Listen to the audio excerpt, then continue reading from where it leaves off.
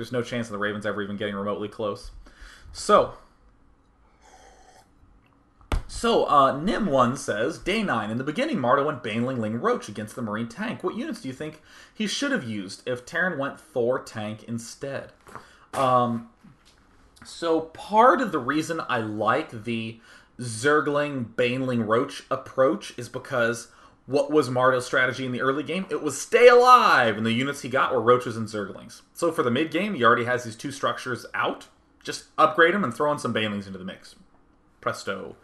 Against something like mech, I like having a lot of Roaches, having a good amount of Mutalisks to force a lot of Thors, and then to sort of back up and start getting lots of Roaches. You can even throw some Zerglings into the mix, but generally not too many.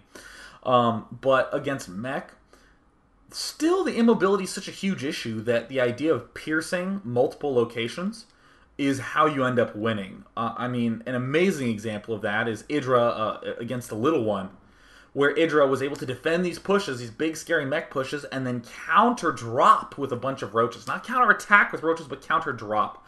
And I personally have lost many games where I mech and lose to these sort of Roach drops. It's not the units so much that do the damage to mech. It's that sidestepping the huge center ball army and bouncing around there. Let us see. What else? Oh, there's an interesting question by Hindy Hat. Couldn't Terran have sniped the buildings with the Ravens? See, that's more creative thinking. Thinking, well, you know what? The win condition is me killing all his buildings, so screw his units. Just gonna sort of bounce around. But again, Queens can also transfuse buildings. So that probably would have helped them stay alive. Oh my god, Urgim says, Dear Thought Hammer, would you please do a cooking daily and show us your awesome cooking skills? Again, so you take a steak, tip sirloin, right? You put soy sauce until it's like almost to the top of the steak, and then you put olive oil on the top of the steak, right? It's amazing. You put a ton of garlic powder on, and I was putting on ground black pepper the other day when I was marinating, and I opened the wrong side of the pepper. You know that happens? There's like a little tiny whole side, and there's just like the clearly totally open side that you use for like tablespoons. I accidentally just dumped like 2 tablespoons of pepper onto the steak. It tasted great. There's like a coating of pepper on the top. I'm like doing that again tonight.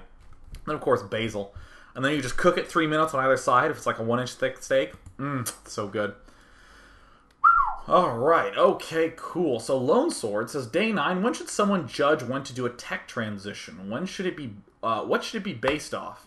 If what you're doing is no longer working, anticipation, a set plan, timing, or for surprise. So in this, I first want to say I'm okay with the use of tech transition in this spot. A lot of people use this term tech switch to, and I've never ever been able to figure out what exactly it meant. But I mean, people are saying like, oh no, if you're going medic marine and then suddenly you tech switch to mech. And I don't know why you wouldn't just say you're going medic marine and then you go mech. You know, there's no general category of what tech switch means. But what I'm going to interpret what Lone Sword's saying is, when should you begin to deviate hugely from your own mix of stuff that you had planned? So for instance, if I'm planning on going Ling, Roach, Baneling, and then eventually getting Ultralisks, aka exactly what Mardow did this game, when do I start looking off that and saying, kind of time to stop doing that? I would actually say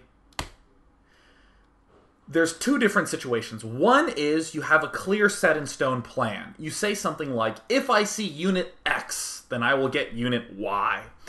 Very, very easy thing to do. For instance, running an overseer in, and oh my god, I see 3 factories. He should only have 1 factory right now. If I ever see 3 factories, I will begin going for broodlords. You know, you just make this sort of clear plan, and you're always looking for those triggers. The trigger being the 3 factories, the trigger being the magical unit that will force you to do this change. You have to be very, very careful with this. Oh yeah, I'll just figure it out at the time. These sort of, oh yeah, you know, I see him doing this. Totally gonna just, I'll respond therefore this way. Unless it's planned, you run the risk of not having enough stuff. And that sounds very vague, but let me talk about what I mean. a lot of times you'll see people, say things like, what's a really good example? Yeah, this has actually been happening in some Zerg vs. Protoss I've been playing recently. I was seeing one of my friends, he'd say things like, yeah, and I mean, if he starts getting Zealots, I can just get some Roaches. And yeah, it's totally true. Roaches are great against Zealots. They burn through them pretty quickly. But the problem was that the other guy suddenly got he was going 3 Gateway Zealot. And my friend just made a few Roaches and started making Roaches. And then this guy got 3 Stalkers off his 3 Gateways. So he comes with 15 Zealots and 3 Stalkers. And it didn't matter that Roaches are good against the Zealots. You didn't have enough Roaches. Or in this circumstance, yeah, Corruptors are great against Vikings. But if you start getting the Corruptors too late, Terran reaches this critical mass of Vikings and you just can't touch them. So you gotta be very careful. You have to have a lot of plans in there. And of course, the other thing that always is very useful is just to straight up have a planned switch, regardless of what he's doing, that just fucks him up in a lot of ways. That's always really, really good. But that's the hard one. The general one that I would recommend to everyone is learn after the game that X strategy just kills you, and look for triggers that he's going to be doing that strategy so you can respond accordingly. Last question coming up. Last question, call me up. From Terra Sentiment-1. Hey, Day9, just call me Terra. Whoops. Hi, Terra. What do you think the Ultralisk is useful for? It made an appearance in this game, but I find a difficult time finding a niche for them. So, I think that the Ultralisk is going to become one of these essential units in entrenched position busting.